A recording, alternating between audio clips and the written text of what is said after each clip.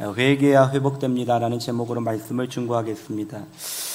저는 지난주에 그 뉴스 보도를 통해서 이건희 삼성그룹 회장에 관한 이 성적 추문에 관한 뉴스를 접하면서 굉장히 불편하고 복잡한 그런 감정을 느꼈습니다. 한국이 자랑하는 세계적인 기업 삼성에, 그리고 한국인들과 모든 기업인들이 존경하는 이 이건희 회장의 이 도덕적인 실패가 한국 기업과 한국 이미지에 이렇게 실추로 이어지지 않을까라고 하는 그런 걱정도 해보게 되었고, 그런가 하면 평소 윤리 경영을 강조하던 분에 대한 실망감, 이런 것도 없지 않아 있었고, 또 보여지는 이미지와는 다른 은밀한 사생활의 이중성에 대한 분노도 있었으며, 또 아무리 부자여도, 또 아무리 나이가 들어도, 심지어 병이 들어 거동이 불편해도 인간의 욕망은 정말 끝이 없구나라고 하는 생각들을 해보게 되었습니다. 그러면서 저는 처음에는 이 분노와 이 불편함, 이런 것들이 있었는데, 가만히 이런 것들을 생각해 보면서 나는 그분에 대해서 함부로 손가락질하거나 지적할 만한가 라고 하는 이런 제 자신에 대한 성찰을 해보게 되었습니다. 그러면서 우리가 전혀 실패하거나 전혀 그럴 것 같지 않은 사람들의 어이없는 실수와 실패와 이런 타락들을 우리가 보게 될 때마다 프랑스 페넬롱의 십자가의 왕도에 이런 얘기가 있습니다. 우리는 너무나 고결하고 너무나 괜찮은 사람들이 때로는 어처구니 없이 넘어지거나 쓰러지는 것들을 보게 된다. 그런데 우리는 그때 그들이 얼마나 밑바닥으로부터 시작했는지를 기억하게 된다라는 얘기를 한 바가 있다는 거예요. 아무리 고상하고 아무리 도덕적이고 아무리 지성적이고 인격적이어도 그들은 결국 아담과 하와의 피를 물려받은 죄인으로부터 시작했음을 우리는 그때마다 보게 된다는 것입니다. 이 대표적인 인물이 이 구약 성경의 가장 위대한 인물이었던 이 다윗 왕이 아니겠습니까? 오늘 본문은 이 다윗왕의 실패와 이 실패를 극복하는 과정을 담고 있는데, 정리하자면 다윗이 범죄했지만 진실되게 하나님께 회개함으로 회복되어지게 되었다는 내용인 것입니다. 이스라엘 전체 역사를 통해 어쩌면 인류 전체를 통해 이 다윗 왕만큼 하나님을 사랑하고 하나님과 친밀한 교제를 하고 측량할 수 없는 축복을 받았던 사람이 있었을까 싶은 마음이 든다는 것입니다. 우리는 지난주에 시편 23편을 통해서 다윗이 그 목동과 어려운 인생의 강약 가운데 주님과 교제하고 그 주님으로부터 부족함이 없는 인생의 모든 것들을 제공받으면서 여호와는 나의 목자시니 내가 부족함이 없으리로다. 그가 나를 푸른 조장과 실만한 물가로 인도하시는도다. 그가 자기 이름을 위하여 나를 소성시키시고 의의 길로 인도하시는도다. 내가 사망의 음침한 골짜기로 다닐지라도 해를 두려워하지 않을 것은 주께서 나와 함께 하심이라. 주의 막대기와 지팡이가 나를 안위하셨나이다. 내가 내 원수의 목전에서 상을 베풀어 주시고 내 머리에 기름을 바르시고 내 잔이 넘치나이다. 이 여호와의 선하심과 인자하심이 정령 영원히 나를 따를 것인데 나 역시 여호와의 집에 영원히 거할 것이로다. 이 얼마나 아름다운 고백이에요. 이 서정적이고 이 진솔된 고백 위에 다윗이 하나님과 얼마나 친밀한 교제를 누렸던지, 그리고 다윗이 하나님과 어떤 관계를 누렸던지, 그 다윗이 하나님에게 어떤 존재였는지 우리는 알 수가 있다는 것입니다. 그런데 시편 23편과 51편의 차이가 불과 얼마 안 되는데 그 다윗이 지금 실패하고 넘어지고 쓰러져 있는데, 이게 아이러니하게도 가장 힘들고 어려웠을 때 가장 하나님과 친밀했던 이 다윗이 인생의 최고의 정점에서, 그것도 하나님이 주시는 축복의 자리에서 자신의 신복이었던 장군 우리아의 아내인 유부녀 밧세바를 범함으로 성적인 범죄를 저지르고, 이 죄가 탄로날까봐 이 우리아를 고의적으로 사지를 보내서 죽게 만드는 성폭력과 가정파괴와 살인교사라고 하는 엄청난 죄를 짓고, 이 죄를 짓고도 그는 10개월 이상 회개하지 않은 채 아무 문제가 없는 것처럼 예비하고 사람들에게 주님의 은혜를 말하고 있는 이 이중적이고 이런 삶을 살아가는 것들을 보게 됩니다. 충분히 이럴 수가 있다. 본문 시편 51편은 이 같은 엄청난 죄와 이로 인한 죄책과 형벌에서 진실된 회개로 회복되고 있는 다윗의 모습을 그리고 있는데요. 이 본문의 이 다윗의 모습을 통해서 우리에게 주시는 메시지가 뭘까? 이게 설교의 요점인데요. 첫 번째는 어떤 상황도 어떤 누구도 죄의 유혹에서 자유로울 수 없음을 인정해야 한다는 거예요. 어떤 상황도 우리가 죄의 유혹에서 자유로울 수가 없다. 어떤 누구도 나는 죄에서 완전히 탈피되었다고 이렇게 자만할 수 없다는 것입니다. 본문의 상황이었던 기원전 991년은 다윗이 이스라엘 역사상 최초로 하나님이 정해주신 영토를 완전히 확보하고 통일 신정 왕국가를 건설했던, 그야말로 이스라엘 역사 가운데 가장 태평성대에 가까운 이런 나라를 구축했던, 이것이 모두 하나님의 은혜요 기도의 응답 아니었겠습니까? 가장 살기 좋고 가장 축복과 기도 응답이 있었던 이런 상황이었다는 것입니다. 그런가 하면 다윗은 누구입니까? 신앙의 순수성을 망각하고 불순종으로 인해 버림을 받은 사울을 대신하여 하나님이 직접 사무엘을 통해서 세우신 겸손의 사람이었죠. 그는 기도의 사람이었죠. 그는 누구보다 열정적인 예배의 사람이었죠. 그는 누구보다 영적으로 예민한 순종의 사람 아니었습니까? 이런 이 다윗을 하나님이 이제 쓰시기 위해서 광야의 불시론을 통과하여 이스라엘의 왕이 되게 하셨는데, 이 모든 과정에도 불구하고 그는 사무엘하 11장과 12장에 보면 이 축복과 감사의 한복판에서 성적인 제재를 범하는 것들을 볼 수가 있습니다.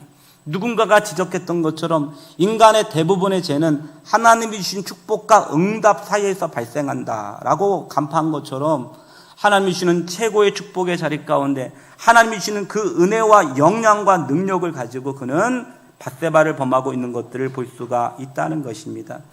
저는 이런 이건희 회장이든 다윗이든 그리고 인류 역사 가운데 어이없는 이 실수를 하는 이들을 보면서 어떤 생각을 하게 되었냐 그러면, 예수님 말씀하시지 않습니까? 요한복음 8장에 보니까 가늠하다가 현장에서 잡혔던 여인이 옷이 벗겨진 채로 머리가 헝켜진 채로 아주 비참한 모습으로 대중 앞에 끌려오는데, 사람들은 율법을 따라 이 여자를 돌로 쳐 죽이고 싶은 마음이 있었고, 예수님이 과연 이 여자를 어떻게 대우하는가를 보기 위하여 예수님, 이 여자를 어떻게 하면 좋겠습니까? 말하자 예수님이 허리를 굽혀 땅에 무엇인가 쓰시는데, 아마도 저는 그것이 거기를 둘러싸고 있었던 사람들의 누구도 모른다고 생각했던 은밀한 제약들을 예수님이 쓰시지 않았을까? 나는 지난 금요일 네가 한 일을 알고 있다 등과 같은 이런 얘기를 쓰시지 않았을까? 그런데 사람들이 이거를 볼 때 예수님이 이렇게 말씀하시죠. 누구든지 죄 없다고 생각하는 자가 이 여자를 돌로 치라.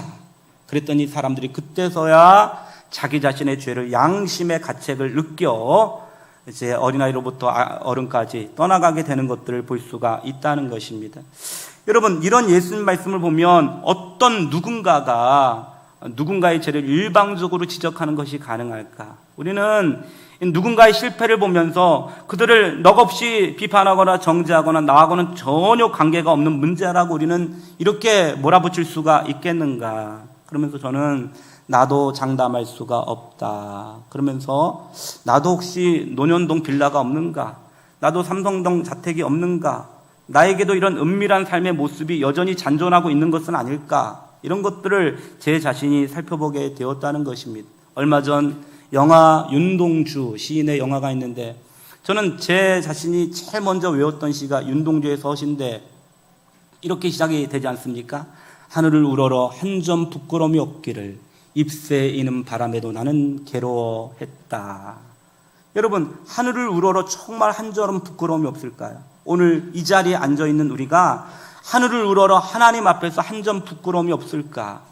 나에게는 잎새이는 바람에도 괴로워했던 이 시인의 아픔과 절규처럼 하나님의 성령을 근심시키거나 주님의 뜻대로 살지 못하거나 내 양심을 어기면서 누군가에게 상처를 주면서 그렇게 살았던 삶의 이 흔들림이 나에게는 없었을까? 그리고 나는 거기에 대해서 충분히 양심의 가책을 느끼고 있는가? 내 영은 살아있는가? 이런 것들을 한번 생각해 보게 되었다는 것입니다. 기독교 유명작가 C.S. 루이스는 이렇게 말했습니다.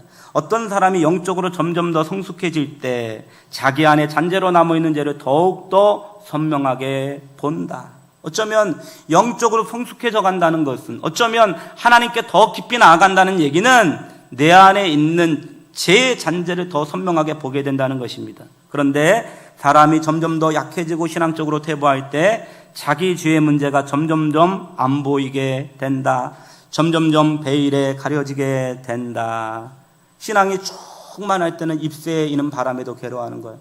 주님, 오늘도 기도 없이 살았네요. 주님, 오늘도 이 입술을 가지고 누군가를 비판했네요. 주님, 오늘도 말씀을 읽었지만 말씀에 감동이 없었네요. 주님, 지난 한 주간을 살면서도 나의 야망과 욕심을 위해 살았네요. 주님, 어쩌면 제가 외형적으로는 주의를 감당한다고 하면서 나의 의와 나의 기준과 나의 열정을 통해서 하나님의 영광을 가리웠네요. 어쩌면 제가 살아온 삶의 모든 인생길이 저의 야망과 저의 야심과 욕망을 추구하며 살았네요. 어쩌면 좋습니까? 이 죄를 어쩌면 좋습니까? 이거를 발견하는 마음이 있는 것 아니겠습니까? 그러므로 여러분, 저는 어린 시절부터 좋아했던 찬양이 있는데, 찬송가 성령이여 강림하사, 이 찬양 아십니까? 이런 찬양인데, 성령이여 강림하사 나를 감하시고 애통하며 회개 알마 충만하게 하소서. 예수여 비오니 나를 감하시사 애통하며 회개 알마 충만하게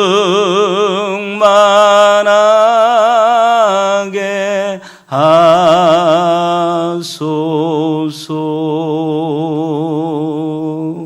아멘. 만일 우리 마음들 가운데 이런 우리의 죄를 바라보는 이 감각이 사라졌다고 한다면 여러분, 조용히 성령님 앞에 나와서 애통하며 회개할 마음을 회복하여 달라고 기도하는 역사가 있게 되시기를 주님의 이름으로 축원합니다.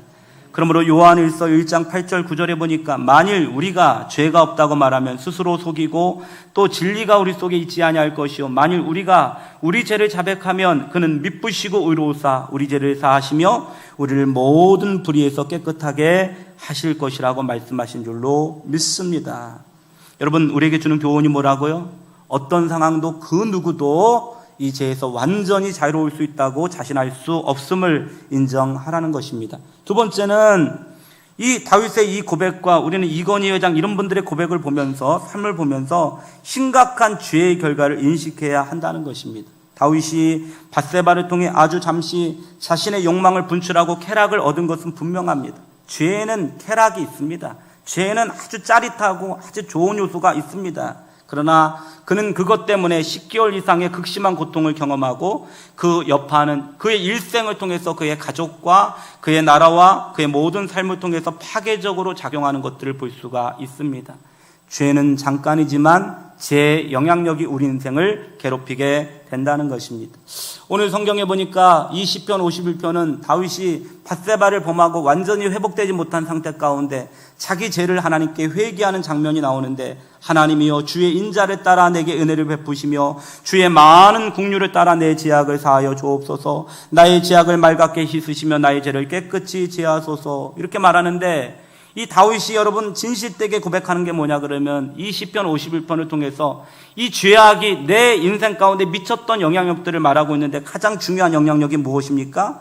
10절에 보니까 하나님이여 내 속에 정한 마음을 창조하시고 내 안에 정직한 영을 새롭게 하소서. 11절 나를 주 앞에서 쫓아내지 마시며. 오늘 여러분, 이 다윗은 그토록 친밀하고 그토록 가깝고 그토록 내 옆에 계셨던 주님이 내가 밧세바를 범하고 죄악을 범했을 때 나를 떠나가시는 것과 같은, 나를 외면하시고 그의 얼굴을 내게서 돌리시는 것과 같은 영적인 단절을 느끼게 되었다는 것입니다. 죄악의 가장 참혹하고 본질적인 여러분 현상은 하나님과 우리 사이를 가로막게 만든다는 것입니다. 이유는 하나님은 거룩하시기 때문에 부정함과 어울리실 수가 없고, 하나님 빛이시기 때문에 어둠과 빛이 공존할 수가 없기 때문에 그렇다는 것입니다. 시편 이사야 59편에 보니까 여호와의 손이 짧아서 너희를 구원하지 못함도 아니요 팔이 짧아서 너희를 구원하지 못함이 아니라 너희와 여호와 사이에 죄가 가로막혀 있다고 말하고 있다는 것입니다. 죄악은 하나님과 우리 사이의 관계를, 교제를 단절하게 만들게 되어지고, 하나님의 은혜의 빛이 우리에게 비춰지지 아니하면 우리 안에 성령의 역사가 떠나가기 시작하면서, 여러분 신앙생활은 성령의 역사로 가능한 것인데 성령의 역사가 떠나가기 시작하면 아무것도 안 됩니다. 말씀은 깨달아지지 않습니다. 왜냐 그러면 성령의 조명이 아니고는 말씀을 깨달을 수가 없고, 예배도 성령과 진리로 예배드려야 되는데 성령 역사하지 않는 예배는 몸이 건조할 뿐이고, 기도도 진정한 기도는 성령 안에서 기도해야 되는데 성령의 역사가 아니면 기도는 그저 이 다람쥐 쳇바퀴 돌기와 같고, 봉사도 성령 안에서 봉사해야 되는데 성령의 역사가 없으면 봉사는 짜증스럽고 자기 의가 드러나게 되어지고, 전도도 성령의 권능이 있어야 되는데 성령의 역사가 떠나가면 전도는 그저 말뿐임에 불과하게 되어지고 아무것도 없어지게 된다는 것. 예배는 그저 형식에 불과하여, 기도는 나의 독백에 불과하여, 전도는 능력 없는 외침에 불과하여, 봉사는 그저 나의 의를 자랑하거나 또 내 자신을 드러내는 어떤 역사에 불과하여, 우리는 알고 있어요. 누군가 말했던 것처럼 내가 하루 바이올린 연습을 안 하면 내 자신이 알고, 이틀을 안 하면 주변 사람이 알고, 3일을 알면 모든 사람이 아는 것처럼 범죄한 인생은 내 안에 주님과의 관계와 성령의 역사가 예전 같지 아니함을 알게 된다는 것. 예배하지만 그 예배의 깊이를 느낄 수가 없고, 기도하지만 기도의 깊이에 다다를 수가 없고, 우리는 기도하지만 기도의 깊이 가운데 몰입하지 못하는 우리의 이유가 단지 피곤하거나 찬양이 나쁘거나 지금 컨디션이 안 좋기 때문이 아니라 내 안에 본질적으로 이 죄악이 나의 기도를 막고 있음을 알아야 된다는 것입니다. 자원하는 심령이 없어요. 구원의 기쁨이 없어서, 옛날에는 아무것도 없어도, 피아노가 없어도, 반주자가 없어도, 성도가 없어도, 돈이 없어도, 남편이 없어도, 젊음이 없어도 난 여호와로 즐거워했고 구원받은 기쁨 때문에 즐거워했고, 산에서 나무 뿌리를 뽑아가며 밤을 새워가며 무릎을 치며 가슴을 치며 기도했던 이 기도의 감동이 없어지기 때문에 아무리 많은 것들을 가져도 더 이상 우리 심령은 바뀌어지지 않아요. 다윗이 고백하는 게 그거예요. 주님 제발 내게서 나를 멀리하지 마시고 주의 성령을 내게서 떠나가지 말게 하여 주시며 구원의 기쁨을 내게 회복시켜 주시고 내 안에 자원하는 마음을 도와여 주옵소서. 예전에는 예배하고 싶었어요. 예전에는 찬양하고 싶었어요. 예전에는 누가 하지 말라 그래도 은혜의 자리에 있고 싶었어요. 예전에는 이 여름이 되면 금식기도원에 갔어요. 그런데 그런 마음이 없어요. 지금은 오직 세상을 향해 달려가고 싶은 욕망에 굶주린 나의 마음만 있어요. 이때 다윗은 고백하는 거예요. 내 영이 죽었구나. 내 영이 지금 병들었구나. 내 영이 지금 하나님의 은혜 가운데 있지 못하구나. 이거를 느끼게 되었다는 것입니다.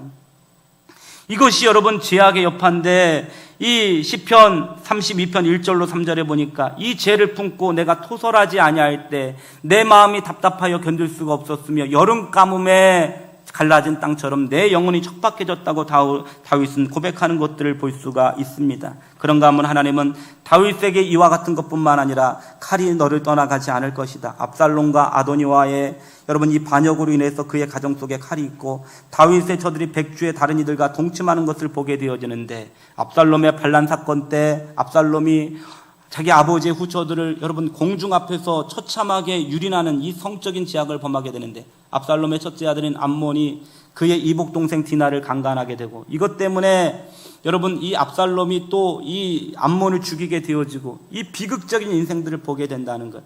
오늘 내가 범죄했을 때 이 범죄가 우리의 자녀와 우리 인생들을 여러분 이게 얼룩지게 만들 수 있는 죄악의 여파가 있음을 보게 된다는 것입니다. 오늘 공동체 리더의 죄악들이 공동체를 파괴할 수 있다는 것입니다. 오늘 여러분 부모의 죄악들이 자식에게 부정적인 영향력을 미칠 수가 있다는 것입니다. 이런 영향력들을 보게 되어지는 것, 이것이 바로 죄의 처참한 결과인데, 부흥사이신 T.L. 오스본 목사님이 하루 항구에서 배를 기다리는데 아주 신기한 광경을 보게 됩니다. 원래 돼지는 말을 안 듣고 제멋대로 가게 되는데, 누가 그랬더니 소가 아버지 왜 쟤네들은 맨날 먹고만 놀아요? 그러면 야 조금만 있으면 알게 될 거야. 그랬더니 막 먹었는데 살이 쪄요. 돼지에게 많이 먹이는 이유는 빨리 살찌워서 죽이려고 그러는 거야. 뭐 그랬다는데, 이 돼지는 먹고 노는 것 아닙니까? 근데 자기 멋대로 가는데, 이 돼지를 끌고 가는 어떤 사람이 있는데, 돼지가 마치 여러분 정말 성령 충만한 성도들처럼 막 줄을 맞춰서 졸졸 따라다니는 것입니다. 가는 곳을 봤더니 도살장에 가서 철커닥 갇히게 되었습니다. 목사님이 하도 신기해가지고 끝나고 물어봤대요. 아니 어떻게 그렇게 돼지가 그렇게 일렬종대로 그렇게 쫓아가냐고, 비결이 뭐냐고. 그랬더니 이 몰입꾼이 이렇게 대답했대요. 목사님, 돼지는요 콩을 무지하게 좋아하거든요. 그래서 이 돼지가 올 때요 따라오라고 말할 필요도 없이 이 콩을 조금씩 떨어뜨려 주면요, 이 콩을 먹으면서 그 길로 똑바로 쫓아오게 돼요. 콩 주워 먹으려고 자기가 죽는 줄도 모르고 땅만 쳐다보고 따라온답니다.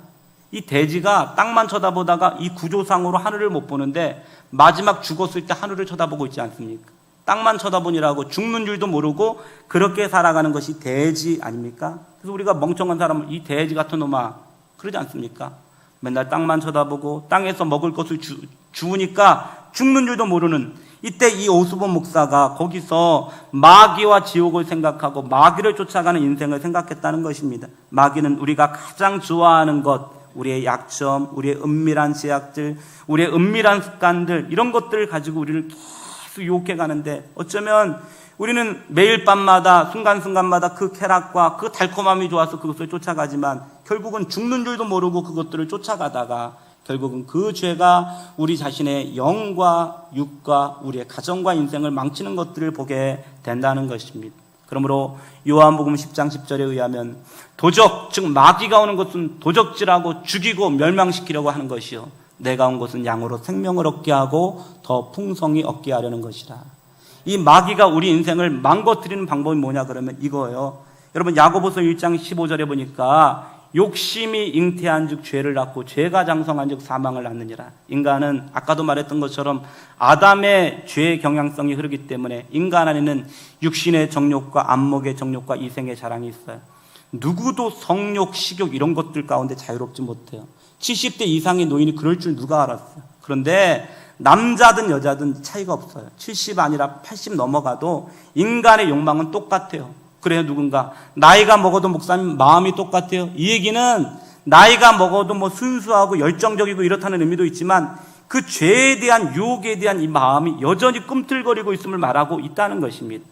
욕심이 잉태해요. 잉태하는 것은 이 욕심이 10개월 동안 흘러요. 어떤 죄악에 보면 이것이 조금씩 자라나기 시작해요. 여러분 다윗이 밧세바를 범하려고 했을 때도 이 밧세바는 생리기간이 있었기 때문에 이 여자를 손대면 안 되었던 거예요. 충분히 정신을 돌이키고 우발적이고 순간적인 사건이라고 보기에는 다윗의 이 범죄는 이미도 준비되어 있었고 이미 오랜 시간 동안 영적인 문제가 있었다는 것입니다. 그는 회개의 기회가 있었음에도 불구하고 이 밧세바를 범해요. 이게 인간 아닙니까? 그래서 욕심이 잉태한 즉 죄가 났는데 이 죄가 회개되지 않고 계속 장성하게 되어지면 어떻게 돼요? 죄를 졌더라도 빨리 회개하면 되는데 이 죄가 장성한다는 얘기는 회개하지 아니하고 계속 강팍한 상태로 살아가기 시작하면 이것이 결국은 하나님과의 관계를 죽이고 우리의 내면을 죽이고 우리 인생을 죽이게 되어지는 사망의 결과를 초래하게 된다는 것입니다. 그러므로 저는 이 유혹을 죄로 만들고 죄를 통해 사망을 만드는 이 마귀의 이것이 한편의 드라마와 같다고 생각을 합니다. 영화와 같다고 생각해요. 저는 그래서 이 얘기를 어떻게 얘기하냐 그러면 이 죄, 유혹의 감독이 누구예요? 유혹이라는 영화의 감독이 누구예요? 훔친 사과가 맛있다. 뭐 이거 아니고 몰래 따먹은 사과가 맛있더라. 이거 하나님이 하지 말라고 한 사과를 따먹는 게 더 맛있더라. 뭐 이런 것 아닙니까? 이 영화의 여러분 감독이 누구예요? 마귀 아닙니까? 주연 배우가 누구예요? 나지요. 개런티가 뭐예요? 쾌락 아닙니까? 어머 오늘 뻥 갔어. 뭐 이런 얘기 젊은 애들 그런 얘기 하지 않습니까? 그런데 문제는 뭐냐 그러면 감독이 마귀고 주연 배우고 나하고 개런티는 쾌락인데 분명한 거는 이 영화를 찍고 난 다음에 후유증이 존재하는데 그 후유증이 뭐예요? 하나님과의 관계가 깨지고 기도가 망가지고 인생이 망가지게 된다는 것입니다. 오늘 여러분 이 죄의 파괴적인 영향력을 날마다 기억할 수 있게 되시기를 주님의 이름으로 축원합니다. 세 번째는 어쨌든 죄를 졌어요. 이거는 과거예요.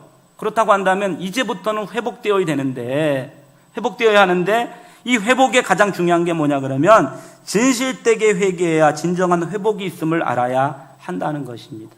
기독교는 회개해야 회복된다는 것. 우리는 이번 수련회 힐링이라고 하는 표현을 쓰기로 하고 요즘 힐링이 판치는 이 시대가 있다는 것입니다. 그러나 아프니까 청춘이야, 괜찮아, 돈벌이, BFP 이 문제가 아니에요. 여러분 성경이 말하는 인생의 진정한 힐링과 치유는 진실로 아파하고 진실로 눈물을 흘리고 진실로 죄에 대한 통렬한 반성과 완전한 변화가 있을 때 하나님과 온전한 관계가 회복되어야만 그 그 안에 진정한 평강이 있고 힐링이 있다는 것입니다. 그러므로 기독교는 울어요, 그래야 웃어요. 따라해보세요. 울어요, 그래야 웃어요. 죽어요, 그래야 살아요. 이게 기독교의 역설이라는 거예요. 기독교는 고난을 통과해 영광에 임하게 되고, 눈물을 흘려야 기쁨의 웃음을 웃게 되고, 그런가 하면 죽어야 살게 되고 낮아져야 높아지게 되는 이 기독교의 역설이 있다는 것입니다.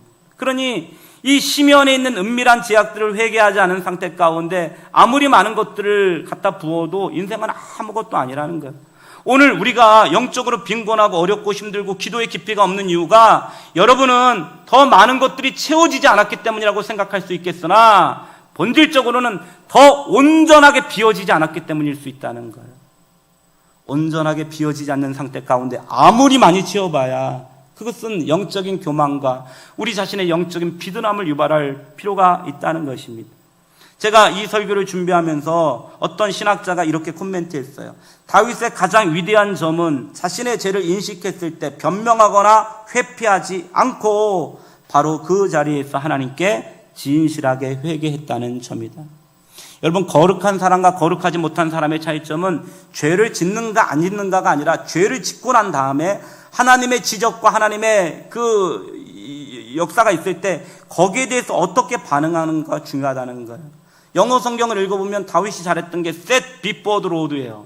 하나님이 뭔가 하나님의 종들을 통해서 잘못을 지적하거나 자기의 연약함이 지적되었을 때 그는 무릎을 꿇어 하나님께 잘못했다고 말했다는 거예요. 그러나 사울은 끊임없이 변명으로 일관하지 않습니까? 이래서 그래요, 저래서 그래요. 끊임없이 변명으로 일관하니까 한 번도 내가 잘못했네요 이렇게 말하고 나면 그때부터 회복이 되는데, 변명으로 일관하다 보니까 그에게는 문제의 해결의 시작이 없을 수가 있다는 것입니다. 어느 분이 유명한 목사님이신데 이제 휴가를 맞이해서 시골 교회를 갔대요. 가보니까 성도도 뭐 한 10대 명 모여있고, 근데 뭐 분위기가 그래서 뭐야, 뭐 자기는 몇만 명 교회 목사인데 막 있었대요. 근데 어떤 자매가 특송을 한다고, 흑인 자매인데 아주 몸집이 큰데 피아노에 앉았는데 피아노보다 더 크더래요, 몸집이. 그래가지고 막 피아노 치는데 노래가 뭐 곡은 모르겠고 이런 노래였대요. 나는 죄인입니다. 내가 기도가 필요한 사람입니다. 내가 죄인입니다. 내가 기도가 필요한 사람입니다. 찬양은 처음에는 찬양을 저렇게, 그래서 점점 그 자매의 찬양을 부르는데 갑자기 성령님이 그런 생각을 주시더래요. 이놈아, 네가 큰 교회 목사면 다냐? 너는 기도 가운데 끼어있냐? 너는 정말 의롭냐? 이 가슴이 막 가슴속에 오기 시작하더래요. 그때 갑자기 막 눈물이 흐르면서 주님, 저야말로 죄인입니다. 저야말로 기도가 필요합니다. 이게 미국의 윌로 크릭 커뮤니티의 누구요?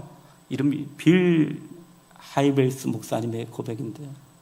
인생의 가장 중요한 고백은 그거예요. 하나님, 제가 죄인입니다. 제가 기도가 필요한 사람입니다. 이 다윗이 진실되게 회개함으로 위대함을 보여주는데요. 이 회개가 기독교적인 의미에서 회개는 이제까지의 잘못을 뉘우치는 것과 적극적으로 선을 행함이라는 이중의 의미가 있어요. 그러니까 이 회개는 과거성이 있어요. 과거의 죄를 돌이키는 것, 그리고 앞으로의 삶을 새롭게 살아가는 것. 이 두 가지가 없으면 회개가 아니고, 구약 성경의 용어를 보더라도 낙함은 뉘우치다는 의미가 있고 슈브는 돌아선다는 의미가 있다는 거예요. 그러니까 과거를 뉘우치고 현재와 미래가 돌아서는 삶을 의미하는데, 신약 성경의 용어로는 메타노이아는 마음의 변화를 의미하고 에피스트로페는 행동의 변화를 의미해요.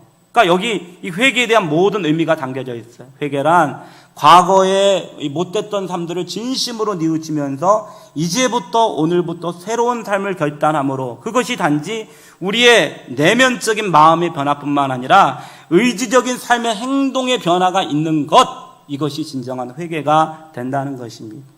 회개에 5단계가 있는 거예요. 첫 번째는 죄를 인정하라, 죄를 애통하라, 죄를 자복하라, 죄를 수정하라, 그리고 새로운 삶을 살기 시작하라. 이 5단계가 있는데, 이때 이 죄를 인정하고 죄를 애통하는 것이, 이것이 정서적인 요소 아니겠습니까? 오늘 다윗을 보면 자기 죄를 인정하는 장면이 나와요.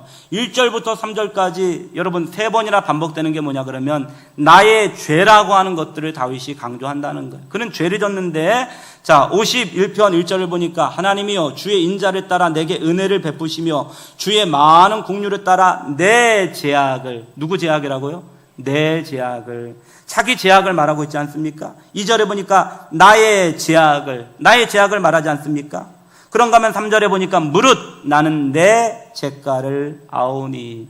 여러분 이 구절의 밑줄을 그시면서 나는 내 죄가를 인식하고 있는가, 나는 내 죄가를 알고 있는가, 이러면서 여러분 다윗이 고백하는 것은 주님, 이 시편에 나와 있지 않겠지만 주님, 저는 분명히 저의 음욕을 쫓아서 한 여인의 인생을 비참하게 만들었습니다. 그의 가정을 파괴했습니다. 우리아를 저는 죽음으로 내모았던 살인죄를 범하게 되었습니다.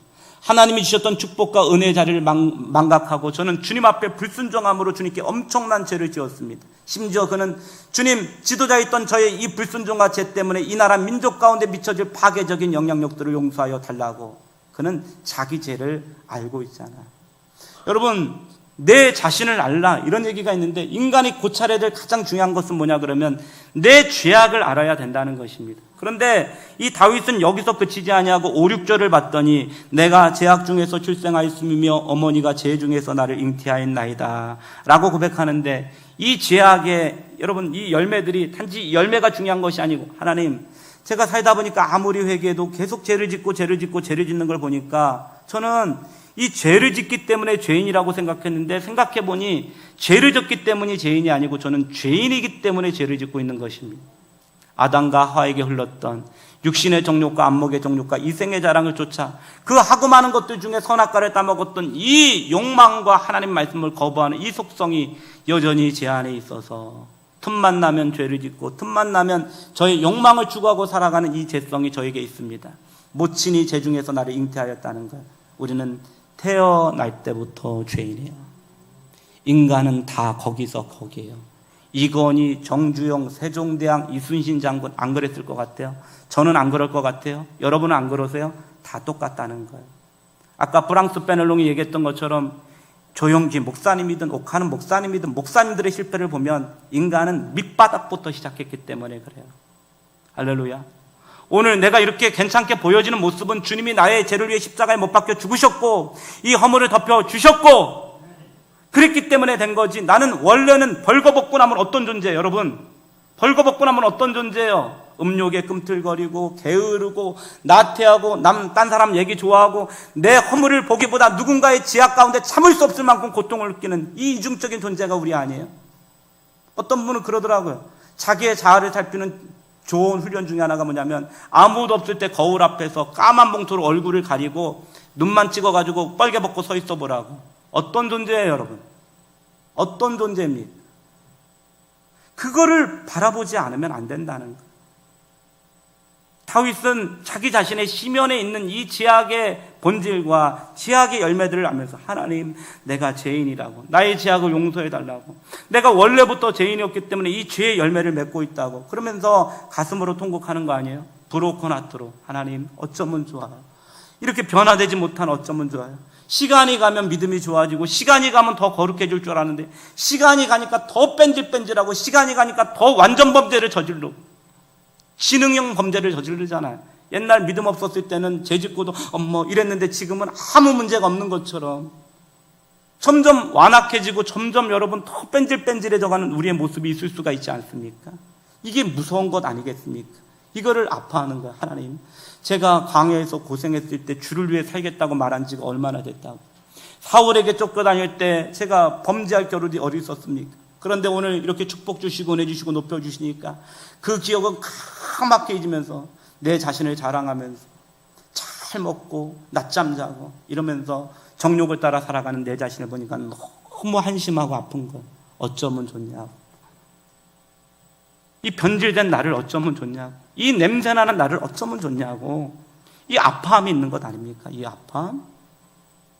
그러면서 그는 여러분 그렇기 때문에 흔들거려도 건들거리면 안 되는데 여러분 이와 같은 이런 마음이 있다는 것입니다. 그래서 그는 하나님께 하나님이 원하시는 제사는 상한 심령이라고 통회하는 마음을 구하고 있고 죄를 자복하게 되어졌는데 1절부터 4절까지 그의 모든 죄를 자복하고 넷째는 죄를 수정하고 있습니다. 성경에 보니까 회개에 합당한 열매를 맺으라 그러는데 이 합당한 열매는 회개에는 반드시 열매가 있는 거예요. 죄악의 열매가 있는 것처럼 회개는 반드시 열매가 있어야 돼요. 이 회개에 합당한 열매는 우리가 잘못된 삶의 결과와 양상들을 어떻게 우리 삶으로 다시 바꾸어 가는가, 이게 회개에 합당한 열매인데 이 회개에 합당한 열매가 없는 회개는 진짜 회개가 아니라는 것입니다. 다윗은 이후에 이 성적인 문제 때문에 죄를 짓는 법이 없고 그의 말년에 몸이 이불을 덮어도 더워지지 아니하자 젊은 아비삭이라고 하는 20대 여인을 그의 침실로 넣어주었는데, 여러분 열왕기상 1장에 가보니까 다윗이 그 여자를 손대지 아니하고 그에게 아무것도 하지 않아.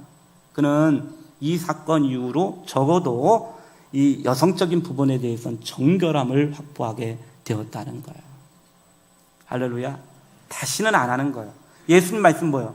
나도 너를 정죄하지 아니하겠지만 용서하시겠지만 어떤 거예요? 다시는 이와 같이 하지 말라는 거예요. 믿으십니까?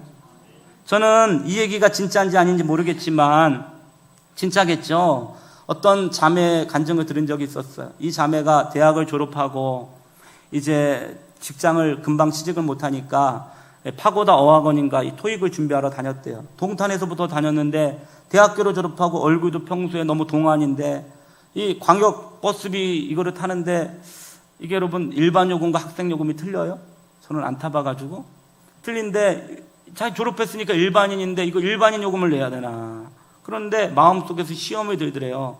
근데 어려 보이기도 하고 졸업한 지 얼마 안 돼가지고 학생 요금을 내면서 1년을 탔대요. 그런데 또 은혜 가운데 직장을 취직했는데 어느 날 철야 예배를 갔는데 목사님이 그러시더래요. 여러분 하나님이 원하시는 사람은 정결한 사람을 원하시는데 이 정결함은 진실로 회개해야 된다. 회개라고 하는 것은 마음으로 인식하고 애통하고 입술로 고백하고 그뿐만 아니라 하나님과 회개할 것들은 하나님께 회개해야 되지만 우리가 인간적으로 우리의 삶으로 바꿔야 될 것들은 바꿔야 되는 삶의 변화가 있는 게 진정한 회개라고. 맞는 얘기 아닙니까? 생각나는 사람이 있다면, 생각나는 나의 실수가 있다고 한다면 그거를 그를 찾아가 그 문제를 바꾸어 가는 거, 이게 진실된 회개 아니겠습니까? 이 자매가 이 말씀을 듣고 갑자기 기도하는데 떠올랐던 사건이 뭐냐 그러면 눈만 감으면 그 광역버스 번호가 딱 찍히면서 거기 올라갔을 때 이 자기 손이 그렇게 보이더래요. 주님이 그러시는 거짓말 이런 감동이 있었더래요. 근데 가만 생각해 보니까 그러면 이 일반 요금과 대학 요금을 떼어먹었던 이 요금을 어떻게 할 거예요? 하나님 어떻게 하면 좋아요? 어떻게 하면 좋아요? 주님은 나를 용서하신 것 같은데 주님은 그 행동의 변화를 요구하더래요. 이때 이 자매에게 무슨 생각이 들었냐면 내가 졸업할 때부터 이때까지 졸업식부터 이날까지 계산해 보니까 또 나오더래요. 그리고 학원 간 날 그리고 차액 보니까 일반 요금 대학 요금 나오더래요. 이거를 계산을 해서 곱하기를 했더니 요금이 나오더래요. 이거를 이 버스 회사를 가가지고 편지봉투에 넣었대요. 사연을 적어서 사실은 제가 대학교 졸업하고 돈도 없고 그래서 대학 요금을 냈는데 이것이 제가 두고두고 마음에 걸리고 제가 사실은 예수님 믿는데 예수님께서 이것을 기뻐하시지 않는 것 같다고 기도할 때마다 예배할 때마다 이게 생각이 난다고 죄송하게 됐다고 이러고 여러분 돈하고 이 편지봉투를 냈대요. 이거를 보면서 이 회사가 너무 감동한 거예요. 너무 감동하고 이런 게 예수님 믿는 사람이라고 한다면 우리 모두 믿어야 되지 않겠냐.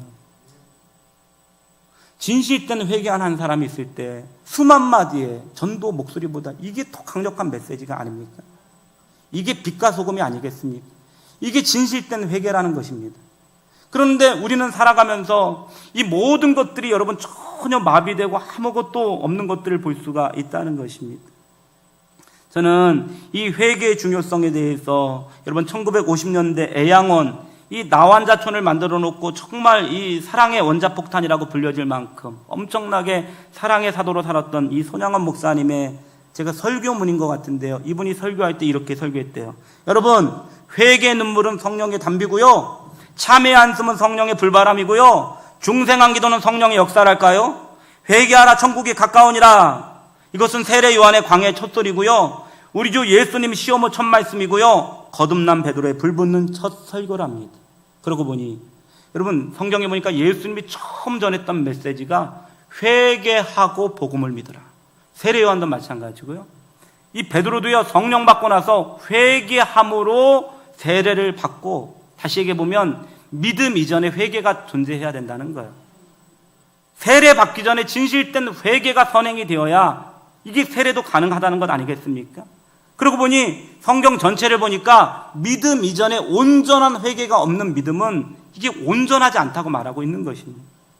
그러므로 이분이 계속 말씀하고 있지 않습니까? 이렇게 말하는데, 회개 없는 믿음은 가증한 심령이고요, 회개 안 한 소망은 무너진 바벨탑이고요, 회개 못한 사랑은 제가 쏟고 있는 외식이랍니다. 믿음이라고만, 글쎄, 회개 없는 믿음은 가증한 심령이라니까요. 소망이라고만, 글쎄, 회개 없는 소망은 무너진 바벨탑이라니까요. 사랑이라고만, 글쎄, 회개 못한 사랑은 제가 속는 외식이라니까요. 회개하라, 천국이 가까우니라, 주의 성령은 안 속으신다. 이렇게 얘기했다는 거예요. 저는 이분의 이 설교에 영적인 깊이와 내용이 있다고 봐요. 진실된 회개가 없는 믿음이 진짜 믿음일까요? 진실된 회개가 없는 기도가 진정 하나님께 올라갈까요? 진실된 회개가 없는 인생의 힐링이 가능할까요? 우리는 정말 회개했을까요? 그 회개 가운데 성령님이 우리 안에 머무시고 우리의 모든 신앙생활은 그렇게 온전한 것일까요? 이런 질문들을 해보게 된다는 것입니다. 세상에는 발각된 죄인과 발각되지 않은 죄인들이 있을 뿐이다 라는 말이 있습니다. 죄를 인식하는 죄인과 인식하지 못하는 죄인이 있다라는 말도 있습니다.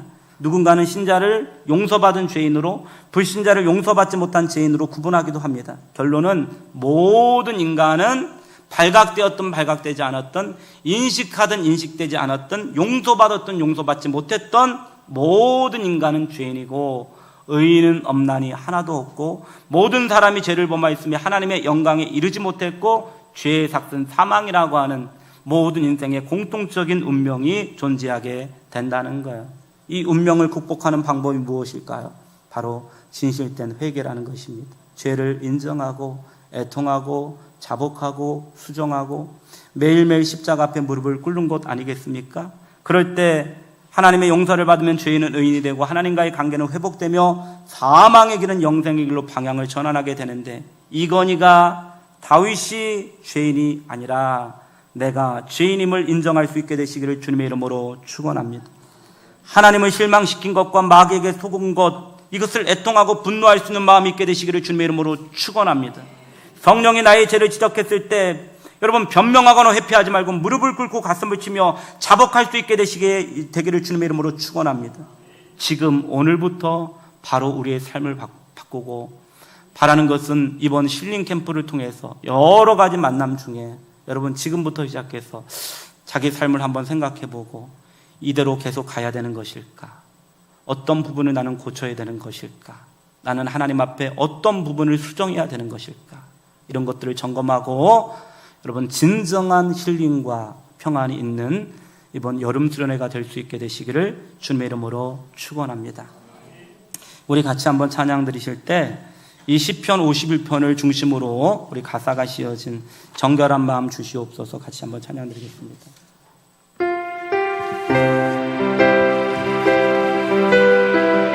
무선 마이크 켜주세요.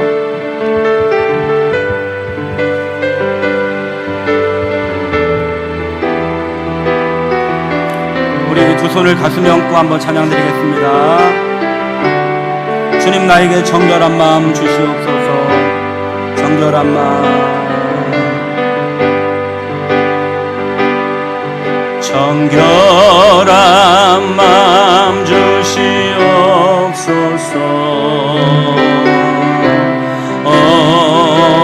주님 정직한 영을 새롭게 하소서. 정결한 마음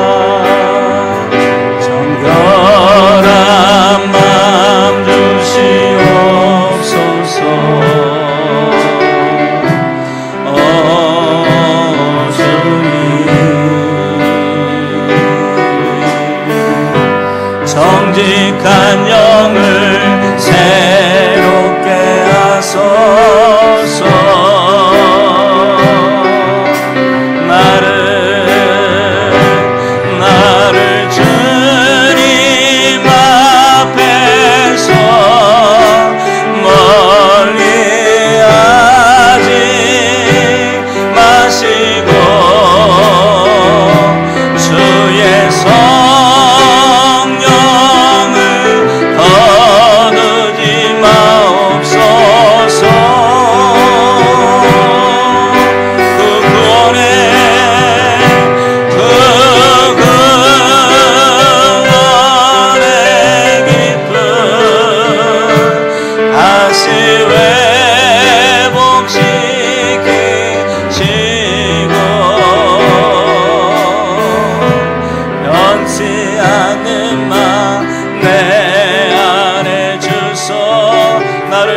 앞에서